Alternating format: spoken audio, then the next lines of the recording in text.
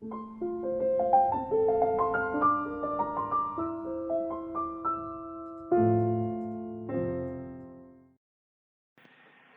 et bienvenue pour ce culte de Pentecôte. Pentecôte, c'est la fête du don de l'Esprit. Mais je crois que c'est avant tout une fête du don. Une occasion de prendre conscience finalement de tout ce qui nous est donné dans notre vie. Cette fête, elle a une longue histoire. Et je vous propose pour ce temps de culte de traverser cette histoire. Oui, Pentecôte, c'est une longue histoire de dons. Tout d'abord, dans l'histoire de cette fête, et bibliquement, c'est la fête des récoltes, ou la fête des semaines, que nous trouvons dans le Deutéronome. Fête des récoltes pour se souvenir de tous les bienfaits que Dieu nous accorde. Puis la tradition transforme cette fête et devient la fête du don de la Torah, du don de la loi. Et du haut de la montagne, Dieu donne la loi à ce peuple pour garantir la liberté à ce tout jeune peuple qui vient de se libérer de l'esclavage. Enfin, Pentecôte devient la fête du don de la liberté, condition sans doute des enfants de Dieu, offerte par l'Esprit qui nous rend libres. Nous allons donc parcourir ces 3 étapes du don immense que l'Éternel nous fait. Et quelques enfants des écoles bibliques et du catéchisme se sont associés à la réalisation de ce culte. Ils ont donné soit leur voix, ils ont aussi donné de leur talent de dessinateur ou d'illustrateur. Vous retrouverez durant le culte leurs interventions. Oui, ces enfants ont aussi donné pour Pentecôte. Ils ont donné du temps qu'ils veulent maintenant vous offrir et en même temps, ils veulent vous donner de la joie. Et dans le récit du don de l'Esprit dans l'évangile de Jean, Jésus dit que la paix soit avec vous. Oui, ce sont les premiers mots que Jésus adresse à ses disciples après son relèvement. Que la paix soit avec vous. Et en soufflant sur eux, de ce souffle léger où Dieu se laisse découvrir, comme ce souffle léger qu'on pose sur la joue de ceux qu'on aime, Jésus il nous dit encore aujourd'hui, comme il l'a dit à ses disciples, recevez l'Esprit Saint. Amis, en ce dimanche de Pentecôte, que la paix soit avec vous et recevez l'Esprit Saint. Amen.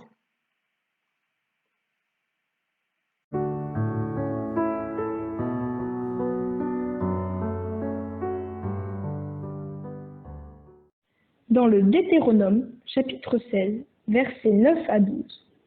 À partir du début de la moisson, tu compteras 7 semaines. Puis tu célébreras la fête de la Pentecôte en l'honneur du Seigneur ton Dieu.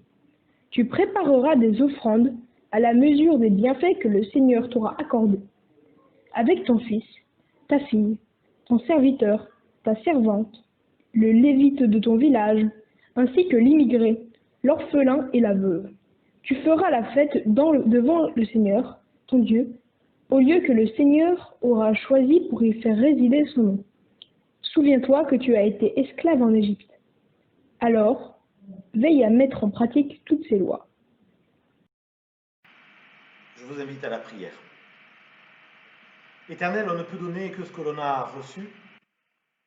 Et aujourd'hui, nous voulons être en fête et te remercier pour tout ce que tu nous donnes.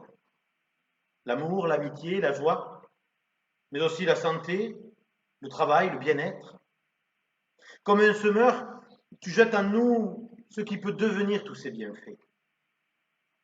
À nous d'avoir un regard reconnaissant et de continuer à cultiver tout ce que tu nous donnes. Aujourd'hui, ce que je veux t'offrir, ce n'est pas uniquement un merci et uniquement une reconnaissance. Je ne t'offre pas ce que tu m'as donné, mais je t'offre le fruit qui a poussé de tout ce que tu as semé en moi. Aujourd'hui, je veux peut-être simplement t'offrir mon bonheur. Et si ce bonheur, pour le moment, est un peu voilé ou caché, que tu sois toujours celui qui veille pour que la moisson vienne.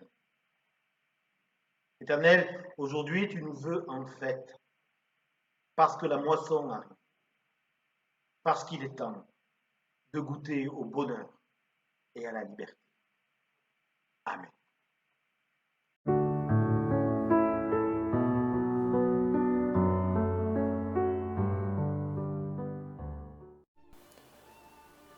Nous lisons dans l'Exode chapitre 19 le don de la loi. Alors Dieu prononça toutes ces paroles. Je suis le Seigneur ton Dieu. C'est moi qui t'ai fait sortir de l'Égypte, de la maison des esclaves. Tu n'auras pas d'autre Dieu devant moi. Tu ne te feras pas de statue ni aucune forme de ce qui est dans le ciel en haut, de ce qui est sur la terre en bas, ou de ce qui est au-dessous de la terre dans les eaux. Tu ne te prosterneras pas devant ces choses-là, et tu ne les serviras pas. Car moi, le Seigneur ton Dieu, je suis un Dieu à la passion jalouse, qui fait rendre des comptes aux fils pour les fautes des pères jusqu'à la 3e et la 4e génération de ceux qui me détestent, mais qui agit avec fidélité jusqu'à la 1000e génération envers ceux qui m'aiment et qui observent mes commandements. Tu n'invoqueras pas le nom du Seigneur ton Dieu pour tromper. Le Seigneur ne tiendra pas pour innocent celui qui invoquera son nom pour tromper.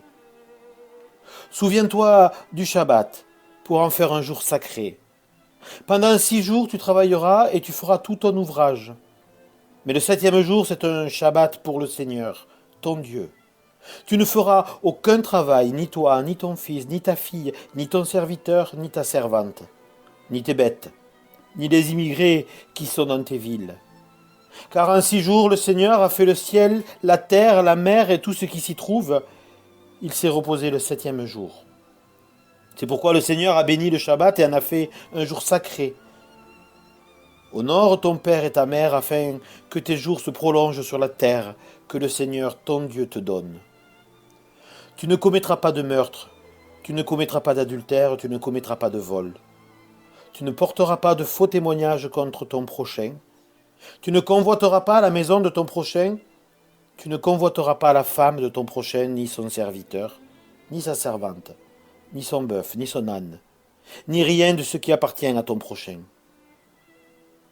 Tout le peuple voyait les coups de tonnerre, les éclairs, le son de la trompette, la montagne fumante.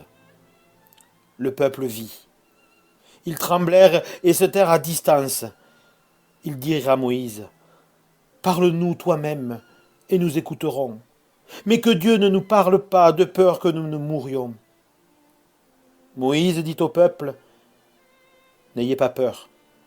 C'est pour vous mettre à l'épreuve que Dieu est venu.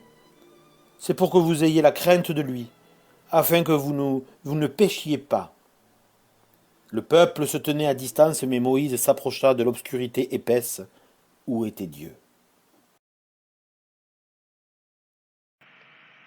Je vous invite à la prière.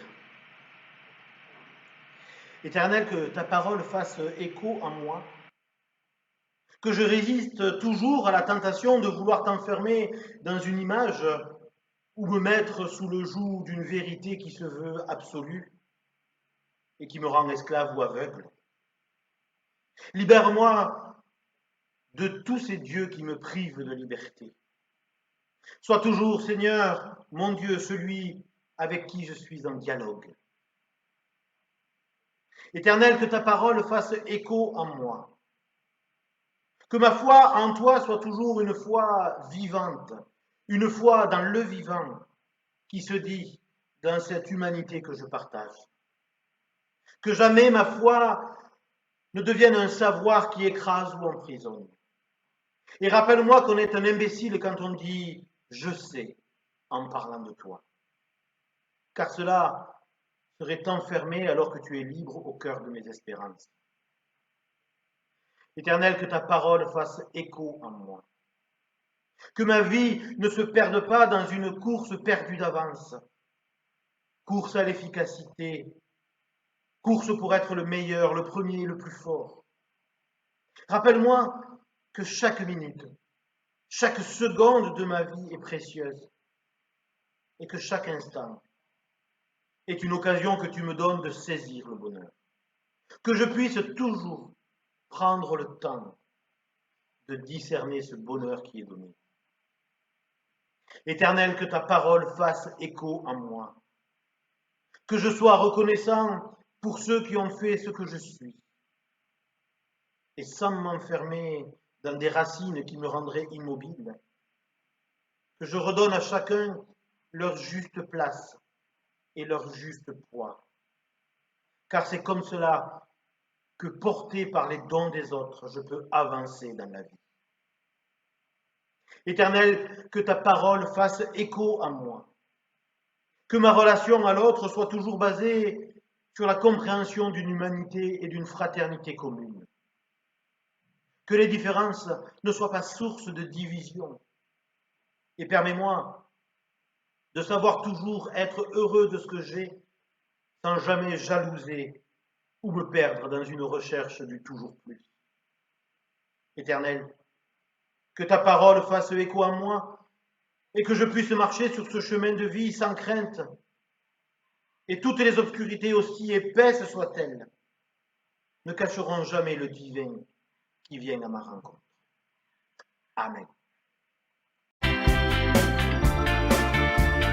Jour de joie, jour de victoire, il est en sa main d'en haut, le retire des grandes eaux, il me saisit et me délivre, l'Éternel est mon appui, devant tous mes ennemis, Dieu se lève avec éclat, et il marche devant moi. Jour de victoire, il est en sa main d'en haut, me retire des grandes eaux, il me saisit et me délivre, l'Éternel est mon appui, devant tous mes ennemis, Dieu se lève avec éclat, et il marche devant moi.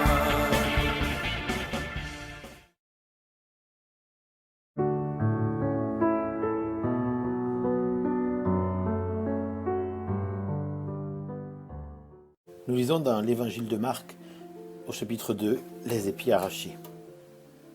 Comme ils traversaient les champs de blé un jour de Shabbat, les disciples de Jésus, chemin faisant, se mirent à arracher des épis. Les pharisiens lui disaient « Pourquoi font-ils ce qui n'est pas permis un jour de Shabbat ?»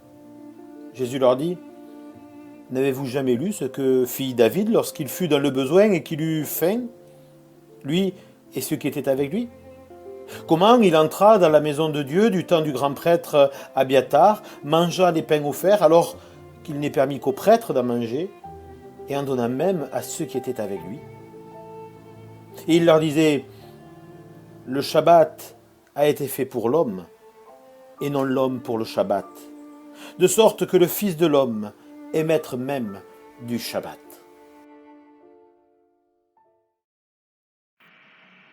Qu'est-ce qui est passé par la tête des disciples?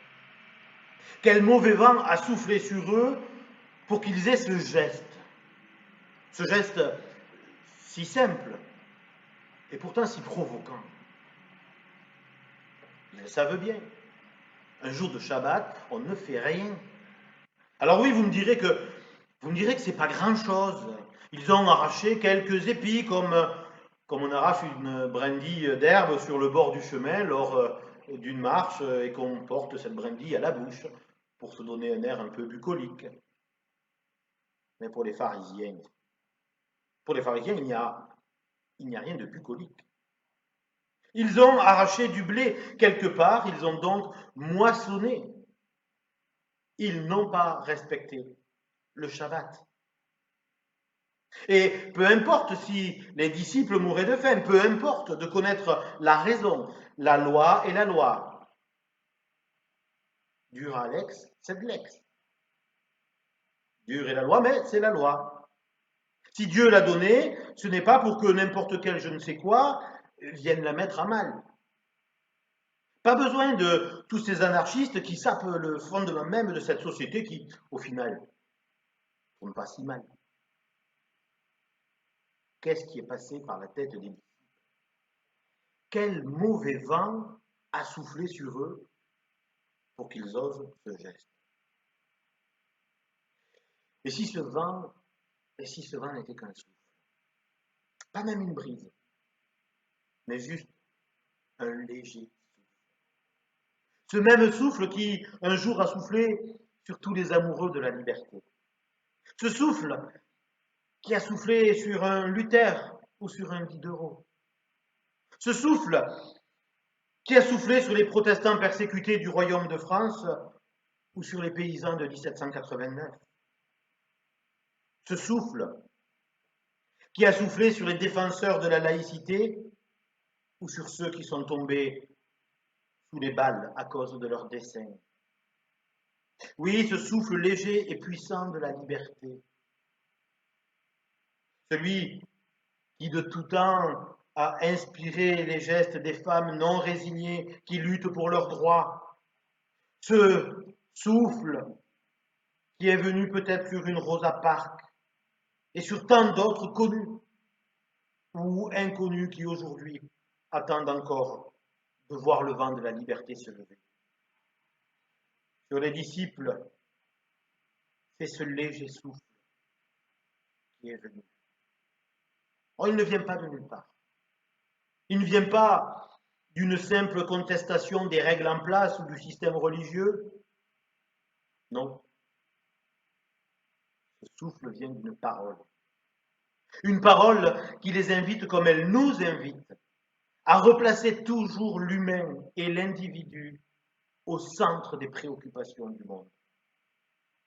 Des lois, il y en a et il y en aura encore. Et d'ailleurs, des lois, il en faut. C'est comme pour le peuple hébreu qui, découvrant la liberté, on reçoit une loi qui est nécessaire pour justement garantir cette liberté offerte. Et cette loi est nécessaire pour ne pas tomber sous le joug du plus fort ou du mieux parlant. Et il nous faut, nous aussi, comme pour ce jeune peuple découvrant la liberté, nous aussi, il nous faut des lois qui garantissent notre vivre ensemble, qui garantissent nos valeurs d'égalité et de fraternité. Mais dès lors que la loi oublie l'humain et l'individu, dès lors qu'elle ne s'adresse plus à lui ou à son bonheur, dès lors qu'elle protège certains pour en exclure d'autres, la loi ne joue plus son rôle. Cela est valable dans notre société comme c'est valable en religion. Dès lors que le dogmatisme oublie le croyant et sa liberté de concevoir le divin dans lequel il met sa foi, et qu'il se place alors en absolu, alors il ne peut plus se réclamer de l'enseignement de Jésus-Christ. Pour répondre à ces détracteurs, Jésus, dans ce récit, utilisera d'abord l'histoire même des pharisiens. Il va les rejoindre dans leur histoire, et j'ai même envie de dire que quelque part, Jésus en appelle à leur bon sens, voire même à leur éthique. Le roi David lui-même a commis le geste qu'il ne fallait pas. Il a lui-même transgressé la limite du sacré et du profane. Pourquoi? Par défiance? Non. Par bon sens. Par éthique. Si un être humain a faim, et s'il y a de quoi le nourrir, aucune loi ne peut le condamner d'avoir choisi la vie. Aucune justice ne peut condamner celui qui a choisi la vie au détriment de la loi. Et si l'histoire de ce grand roi ne suffit pas pour faire fléchir les bons religieux et les faire basculer du côté de la liberté, il ne reste plus qu'à mettre en place alors un autre système, une autre justice. Et c'est là que Jésus peut-être vient replacer la loi divine là où elle doit être. Non pas un absolu aveugle, mais une parole en relation avec le vécu, avec la foi, avec l'aujourd'hui. Il faut relativiser pour retrouver la juste place de cette parole. Oui, le Shabbat est une loi. D'ailleurs, une des 10 plus importantes, elle fait partie des 10 commandements. Mais aux yeux de Dieu, c'est l'humain qui est au centre. C'est pour lui que le Shabbat existe, qu'il est donné, que le repos est érigé en loi. Un repos nécessaire pour ne pas mourir dans l'activisme qui n'est qu'une autre tentative de se justifier par ses œuvres. Mais cette loi est au service et non pas l'humain au service de la loi. Quelles que soient nos lois religieuses, quelles que soient nos doctrines, quelles que soient nos manières de dire la foi, de croire en Dieu ou de ne pas y croire, quelles que soient nos conceptions, jamais rien ne peut être supérieur à l'humanité. Rien ne peut asservir la force de vie qui habite l'humanité. Qu'est-ce qui est passé par la tête des disciples ce jour-là? Quel mauvais vent a soufflé sur eux? C'est le souffle de Dieu qui vient sur eux. C'est le souffle léger dans lequel ils se donnent à connaître. Mais ce souffle devient vent, le vent puissant de la liberté et de la foi. Amen. Viens, Saint-Esprit, viens par ton vent remplir le temple que je suis. Oh, viens, Saint-Esprit, souffle puissant, brise d'amour, courant de vie. Souffle sur moi, souffle sur moi, souffle sur moi, souffle sur moi, souffle sur moi, souffle vent de Dieu. Viens, Saint-Esprit, viens par ta pluie, mouiller la terre que je suis. Oh, viens, Saint-Esprit, flot impétueux, source d'amour, fleuve de vie, coule sur moi, coule sur moi, coule sur moi, coule sur moi, coule sur moi, coule pluie de Dieu. Viens, Saint-Esprit, viens par ton feu, brûler l'offrande que je suis. Oh, viens, Saint-Esprit, feu dévorant, brasier d'amour, flamme de vie. Embrase-moi, embrase-moi, brûle. Embrase-moi, embrase-moi, brûle. Embrase-moi, brûle, feu de Dieu.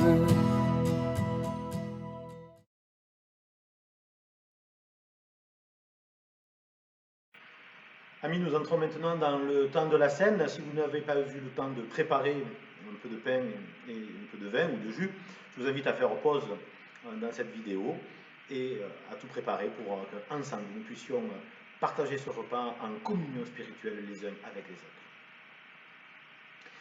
Dans l'Évangile, il y a un récit qui commence par ces mots: on lui amena des petits-enfants pour qu'il les touche. Mais les disciples reprirent ceux qui les amenaient. La scène que nous partageons maintenant est ce moment particulier où, en communauté spirituelle et par le partage, nous faisons communion avec le vivant. Par ce repas, nous nous approchons de lui. Quand on amène les enfants près de Jésus, on ne sait pas vraiment pourquoi on fait cela. Pour qu'ils les touchent, nous dit le texte. Peut-être pour les bénir, peut-être parce qu'on croit que cela va les protéger, peut-être parce qu'on pense qu'ils seront mis à part, qu'ils seront des enfants un peu plus près de Dieu que les autres. Quand nous venons près de la table pour partager le repas du Christ, pourquoi y venons-nous? Comment le comprenons-nous? Nous sommes comme ces parents qui conduisent leurs enfants près du Christ. Nous avons chacun notre raison. Et nous sommes comme ces enfants. Nous ne savons pas vraiment pourquoi. Mais qu'importe. Qu'importe, nous nous approchons. Et il ne faut pas faire alors comme les disciples du texte. Et réserver la proximité du Christ aux seuls adultes, à ceux qui savent. À ceux qui savent bien dire ou bien confesser leur foi, à ceux qui se sentent justes. Non, car c'est sans condition et sans jugement que Jésus, le soir où il allait être livré, pendant le repas, prit du pain et après avoir prononcé la bénédiction, le rompit et le leur donna et dit: prenez, ceci est mon corps. Puis il prit une coupe et après avoir rendu grâce, il la leur donna et ils en burent tous. Et il leur dit: ceci est mon sang, le sang de l'alliance versé pour la multitude. En vérité, je vous le déclare, jamais plus je ne boirai du fruit de la vigne, jusqu'au jour où je le boirai nouveau dans le royaume de Dieu. Et ensemble, nous prions avec les mots que Jésus nous a lui-même enseignés. Notre Père qui es aux cieux, que ton nom soit sanctifié, que ton règne vienne, que ta volonté soit faite, sur la terre comme au ciel. Donne-nous aujourd'hui notre pain de ce jour. Pardonne-nous nos offenses, comme nous pardonnons aussi à ceux qui nous ont offensés. Et ne nous laisse pas entrer en tentation, mais délivre-nous du mal. Car c'est à toi qu'appartiennent le règne, la puissance et la gloire, au siècle des siècles. Amen. Le récit de l'Évangile continue par ces mots de Jésus. Je vous le dis en vérité, quiconque ne recevra pas le royaume de Dieu comme un petit enfant n'y entrera pas. Frères et sœurs, amis, aujourd'hui il nous est demandé de venir avec un cœur d'enfant, d'entendre l'appel au partage, à la fraternité, à la plénitude de vie, comme un enfant peut l'entendre. Alors que vous soyez un enfant encore sous la responsabilité de vos parents, ou que vous soyez un enfant d'âge adulte, que vous soyez un enfant de 50, 60, 70, 80, 90 ans ou plus, vous êtes invités à entrer dans le royaume et à partager ce repas qui nous l'annonce et qui nous le rend déjà présent. Nous sommes tous invités à prendre le repas. Accueillez ce qui est donné. Et le pain que nous partageons est la communion au corps de notre Seigneur Jésus-Christ.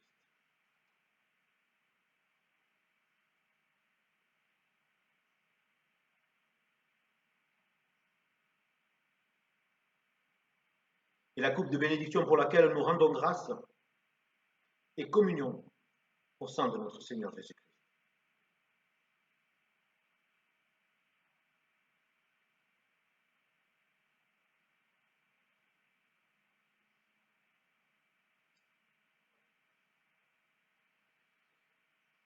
Éternel, nous te rendons grâce pour ce repas pris en communion avec le vivant, pour ce repas partagé, pour ce repas donné. En ce jour de Pentecôte, que ton esprit soit sur chacun, chacune d'entre nous, que nous le recevions comme un don de ta part, et que cet esprit nous inspire le don de notre amour, de notre affection, le don de notre générosité, le don de notre bonheur. Éternel, que ton esprit souffle sur chacune et chacun d'entre nous. Amen. Frères et sœurs, amis, avant de recevoir la bénédiction de la part de Dieu, je voudrais juste vous donner quelques annonces. Tout d'abord, nous sommes en union de prière avec Yann Chikolong, notre président de CP, qui vient de perdre sa maman à Madagascar. Elle était malade depuis longtemps et petit à petit, ce moment allait arriver. C'est toujours une douleur immense d'être loin de ce qu'on aime au moment de leur départ, même si nous pouvons être reconnaissants pour cela. Yann était au téléphone en prière avec sa famille quelques instants avant le départ de sa maman, une manière d'être aussi en communion avec elle. Nous allons bientôt reprendre nos cultes. Le conseil presbytéral a décidé d'une date, le 14 juin. Cela doit être confirmé encore dans la semaine. Peut-être, dans le meilleur des cas, ça pourrait être dimanche prochain. Nous sommes encore en train de préparer nos espaces pour vous accueillir dans les meilleures conditions. Et puis l'Assemblée générale qui sera effectivement rassemblée, assemblée et convoquée d'ici la fin juin, 21 juin ou 28 juin. Là aussi, nous sommes encore en train d'étudier toutes les possibilités. N'hésitez pas encore à faire passer vos messages Styliana. La lettre paroissiale reprend son rythme habituel avec toutes les informations de notre vie de paroisse et nous allons reprendre enfin une vie presque normale, une vie d'église presque normale, même si devant moi les chaises sont déjà installées avec de grands espaces. Il me tarde maintenant de vous y voir remplir cet espace pour l'instant laissé vide. Le désir, c'est du manque et je désire vraiment, je pense que nous désirons tous ensemble nous réunir parce que cela maintenant nous manque. Dans ce récit des petits-enfants amenés près de Jésus, il y a encore ces mots. Après cette parole de Jésus, il est dit, Jésus les embrassait et les bénissait en leur imposant les mains. Eh bien, Dieu vous embrasse aujourd'hui avec tout son amour de Père. Il vous prend dans ses bras car, quel que soit votre âge, vous êtes ses enfants et il veut que vous soyez encore, malgré les années qui sont passées ou qui passeront, des enfants qui savent encore et toujours regarder la beauté de la vie. Soyez bénis et marchez dans son royaume, accompagnés par l'Esprit. Amen.